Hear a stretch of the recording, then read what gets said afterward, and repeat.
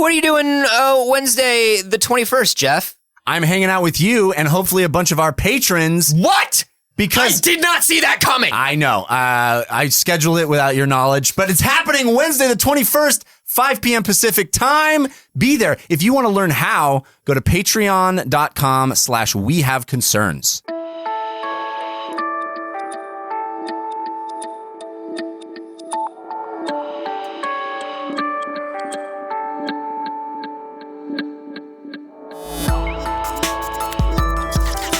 We're going for 127 minutes about E3 2017. Hope you like video games. This is We Have Concerns. Hi, Jeff Canada. Hi, Anthony Carboni. Hello, concerned citizens. Look, I want to talk to animals. Yeah? Look, we all do. You constantly do talk to animals. It's just they don't understand you. Well, I'd like to think that they understand me on some level. I'd like to think one day I'll be able to talk to an animals, and an animals will talk back to me. You know? Ooh, talk back to you. That's the thing. I want a little give and take with these animals. You don't want it to be so one-sided. Right now, it's such a one-sided relationship. It really is. Yeah. You're sitting there, you're talking to a dolphin at SeaWorld, and you're just like, "Hey, dolphin, hey," and it's like, and it's just staring at you, waiting for the fish. Is it a sardine? Is it a minnow? What do you give them? What do you get out of that machine? It's a herring, sea bass. I don't know. You give them a delicious branzino out of that little machine at the SeaWorld. Maybe all animals are just really good listeners. Whoa. They're hearing, but are they listening? They could talk, but they just want to make sure you're done.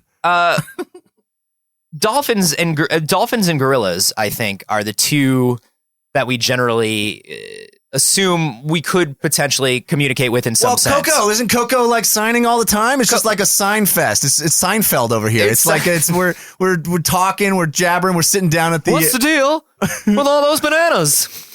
Yeah. Oh, Coco, you want some more bananas? I'll tell you, I went to the grocery store the other day to get bananas. And what's the deal with the 2 bananas? They're just sitting bunches of bananas, and then you've just got 2 sitting there. That's not a bunch. Who puts out 2 bananas? Don't get Coco started on parking garages. Listen, if for any of the younger people out there that don't know, Jerry Seinfeld was the B movie. So he was the B movie guy. He's the guy from the B movie. Kids ask your parents about the B movie. Yeah, I don't know. That's like 2007. What is that? How old is that movie? That tracks. that would make those people old enough to listen now. Fair enough. So dolphins' brains, especially, are larger than that of any non-human primate. Okay. Only humans have a higher brain to body size ratio than dolphins in the entire animal kingdom. Suck it, dolphins. Yeah, we're number one. Joshua Caleb sent this story in, by the way, and this is something I could have sworn we had talked about this before because this is one of my favorite stories in all of the history of science. Oh, I'm excited. But this is sort of like, I think we did it on D News. This is a very famous story about trying to speak to animals and the research that is done in animal communication. Is this a SeaWorld thing where we're talking to dolphins and asking them to do flippity flips? No, this is something back in the 1960s. There was a researcher named John C. Lilly. He was a neuroscientist, and he ran a NASA-funded research unit where humans attempted to communicate with dolphins. So we could send them in space? So we could then send them into space. Space dolphins! Let me tell you something about space dolphins. That adds an unnecessary layer of complexity that monkeys and dogs do not. That's right. Because once again, like, you're filling the entire thing with water. No, not the entire thing. Got to have some air. It needs air. You got to have air and water. Ooh, I mean, it's a level of complexity for sure. There's a lot. So there's a second chamber. I don't know. It's a lot to think about. And then you can't move the dolphin from one airlock to another, obviously, because the water goes sloshing everywhere. It's just messy. It's very, very messy. John Lilly was intrigued by the intelligence of these mammals. I mean, obviously, this around the 1960s is when we really started noticing, like, hey, these things is smart. They seem to be able to follow commands. They seem to be able to do they're very social. So he's like, I think we may be able to communicate linguistically with them. And he wrote a book called Man and Dolphin, which was a bestseller at the time about all of his theories.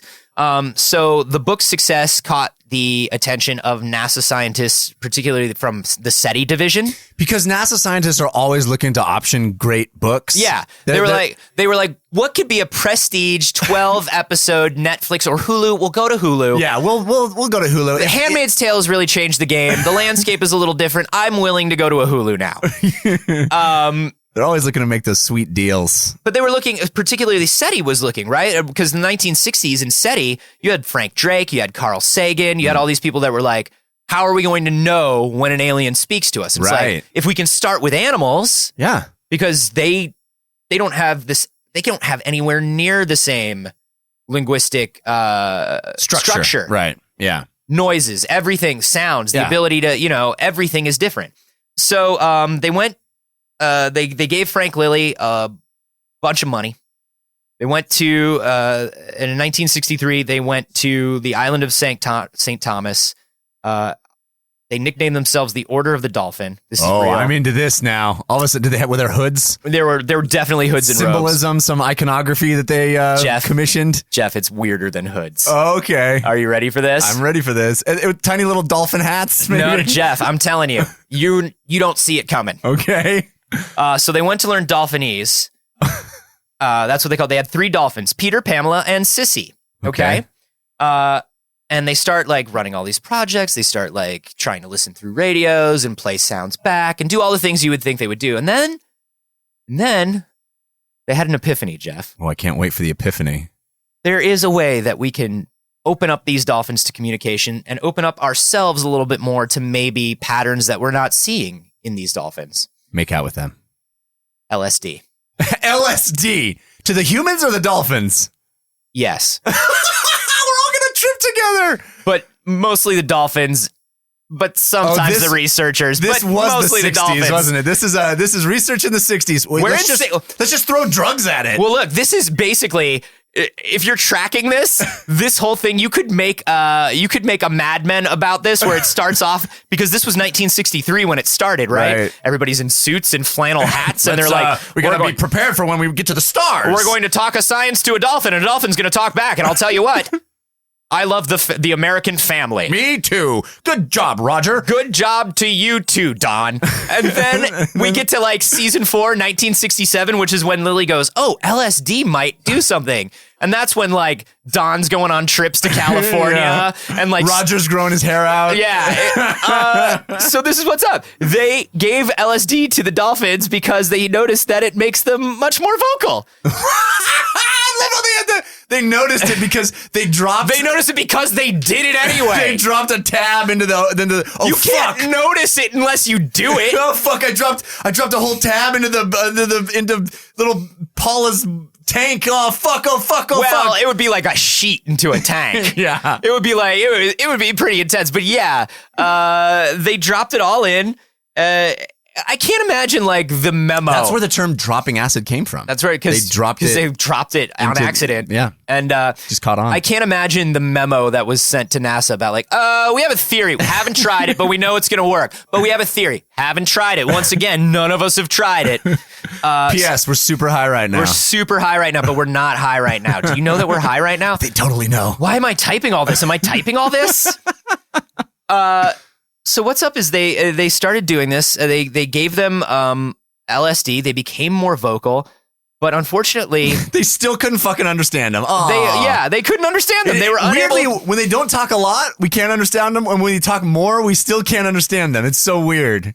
Yeah, the important thing for us, they couldn't figure it out. They couldn't understand them anymore, and so funding was obviously withdrawn. You can't go to the Caribbean and do drugs with dolphins on NASA's dime. But those like not for more than 4 years. Those 4 years are the party years, man. They still talk about those years. They're like, oh, the fucking Dolphin Island party, that was the best. Fucking Frank Drake calls down to John Lilly. He's like, so how's it going down there, John?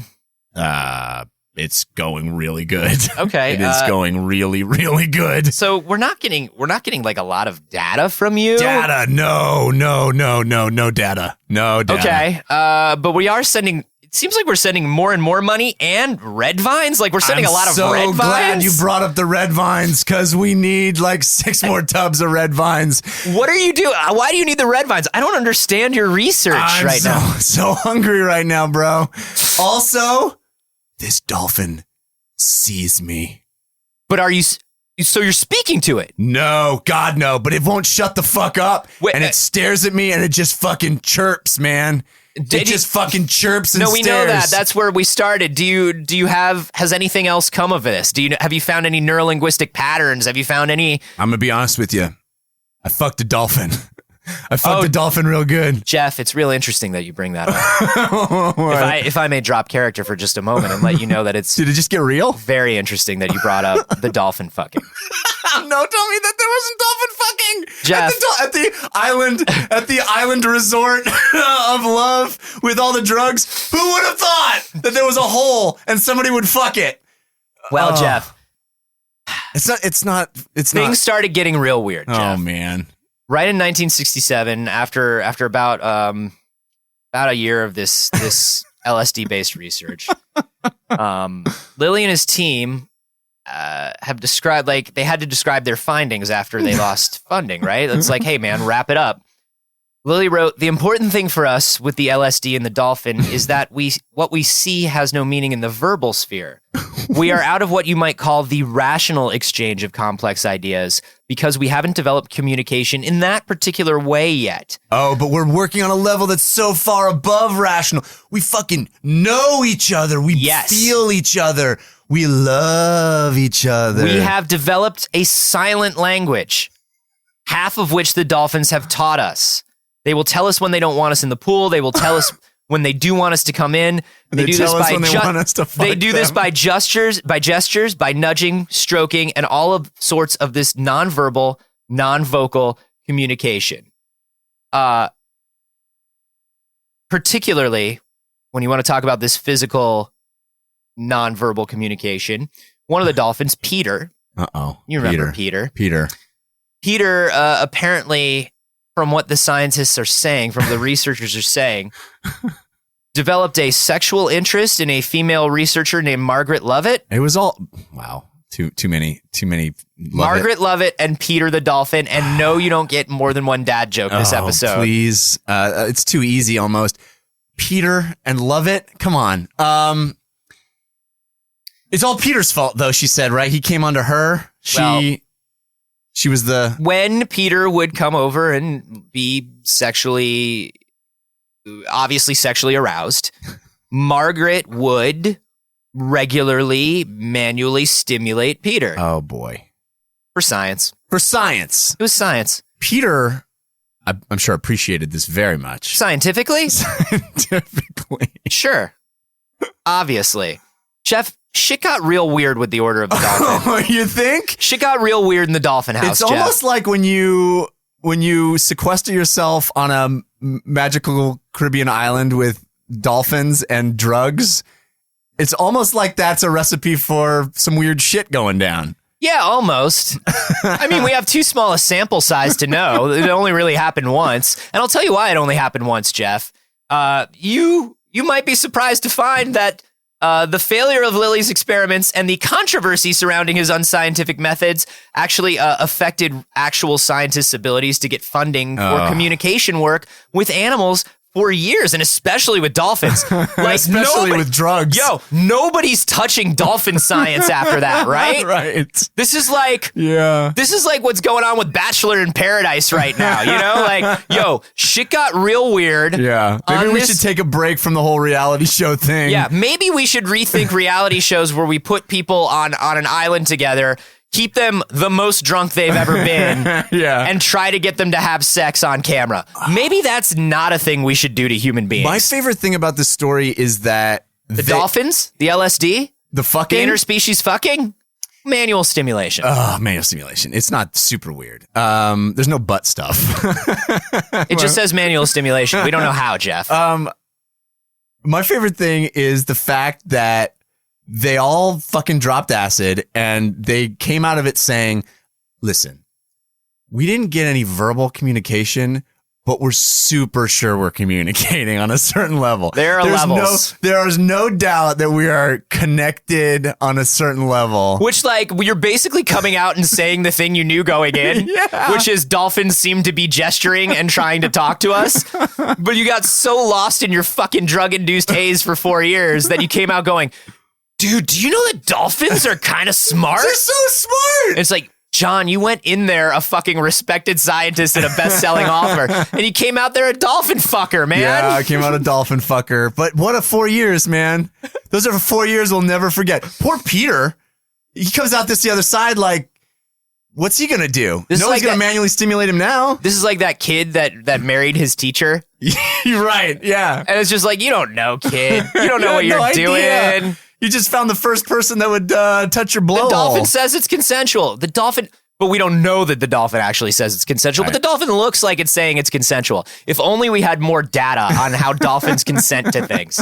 Oh, man. Yeah, I mean, obviously, all of this research has been overturned, debunked. Yeah. It's completely false. And we've done a lot of other research recently. The last 5 to 10 years have been a really great time period for actually learning whether animals have the capacity for language. I mean, it started with Coco about 20 years ago, right? 25 even at this point. Than that. Yeah. I think it was in the 80s, wasn't it? Yeah. I don't know. It was like, I remember going in to rent the Bee Movie. And Coco, yeah. By the way, all the bees in the Bee Movie speak perfect English. Perfect English. So maybe we should start with insects. I've seen Zootopia as well, and this makes me think that, hey, wow, there's a lot going on that we don't know about. Parents, ask your kids about Zootopia. But so, starting with Coco, here's the thing. A lot of the researchers who don't believe in Coco's research say Coco is not so much communicating with language as it is as she's mimicking and communicating through pattern recognition. Right. You say this to Coco, Coco gets this sort of reaction out of you. It's not original thought. So, but I mean, like, it's weird. Has anybody tried manually stimulating Coco or dropping acid with Coco? I think it's about time. These are methods and methodologies that I think maybe were abandoned too soon. Maybe we should circle back around to the whole drug them up and fuck them. Yeah. Well, there's a researcher named the Cosby School of Science. Right. Can the Bill Cosby method of seeing whether women can verbally communicate and how long it takes to get them to stop. Oh, awful. Denise Herzing is one of the researchers. She's the researcher, director, and founder of the Wild Dolphin Project. So she is she's one of the leaders in dolphin language research right now, and she is saying that the complexity of their brains, their social structure, their evolution, there is definitely potential for a complexity of language. They are trying to decode dolphins' audible signals using something called cetacean hearing and telemetry. Chat, cute, right? Get it? Nice. So they categorize the animal's vocalizations and use the chat box to play them back. And they're trying to decode these patterns. They're trying to see if there are tones, inflections, structure. This is the arrival. Fucking do the arrival. She's the arrival. That's fucking awesome. She's the fucking arrival for sea creatures. Well, I mean, spoiler for Arrival, but they are kind of sea creatures-ish. Mm-hmm. Yeah. Sort of. Yeah. Yeah. I want the arrival to happen with dolphins. That'd be badass. That would be super. And then also, like, coming back around to LSD studies, which have also come back. You know that I follow, like, psychedelic drug studies. Just, like, for education, science. for research, for science. LSD has been found in microdoses to have antidepressant effects, to allow people to open up. That's what it was started out as being used for, a therapeutic tool. Right. And so people are trying to get back into that now, and there has been some promising research with that. Mm-hmm. John Lilly, not a good dude, not doing things well. Yeah, is he still alive? Is he still around? Still partying? Is he still parties? He's still super into the Doors? Yeah, probably. I don't know if he's still around. But one of the problems that we're having right now is even in human brain research, the closest thing we can do is an fMRI. And we can't do that with animals. Right. So we can't study their neural structure well enough to know how the chat box is affecting things like that. But Herzing says, like, it's hard also to do these things in captivity. So if you're doing these things in captivity, you don't have all the tools we even have available to humans.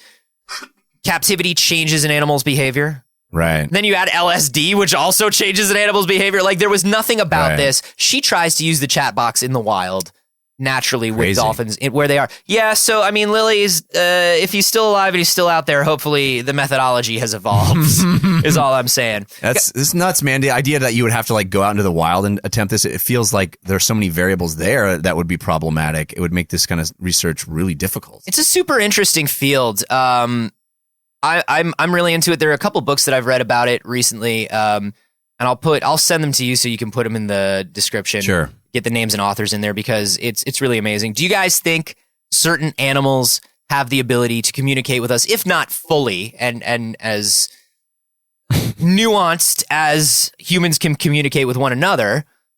Do you think we can at least have like basic conversations with them, get emotional things across to animals? I would like to know if you guys think that Coco is actually having original thought or and not. what drug we need to give Coco in order to speak more to of her. a Coke girl? Yeah, let's finish. Is Coco ready to party? Let us know on Twitter. Man. I'm at A. Carboni. I'm at Jeff Canada. And you can hashtag those Dolphin House.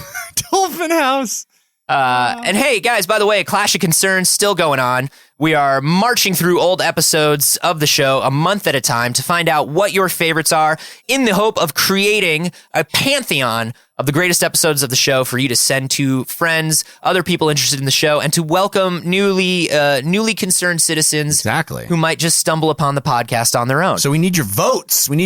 Vote on the episode. You can go to wehaveconcerns.com and find each month's episodes listed. You can vote on which you think are the primo top essentials for that month at wehaveconcerns.com. Yep, new episodes every week.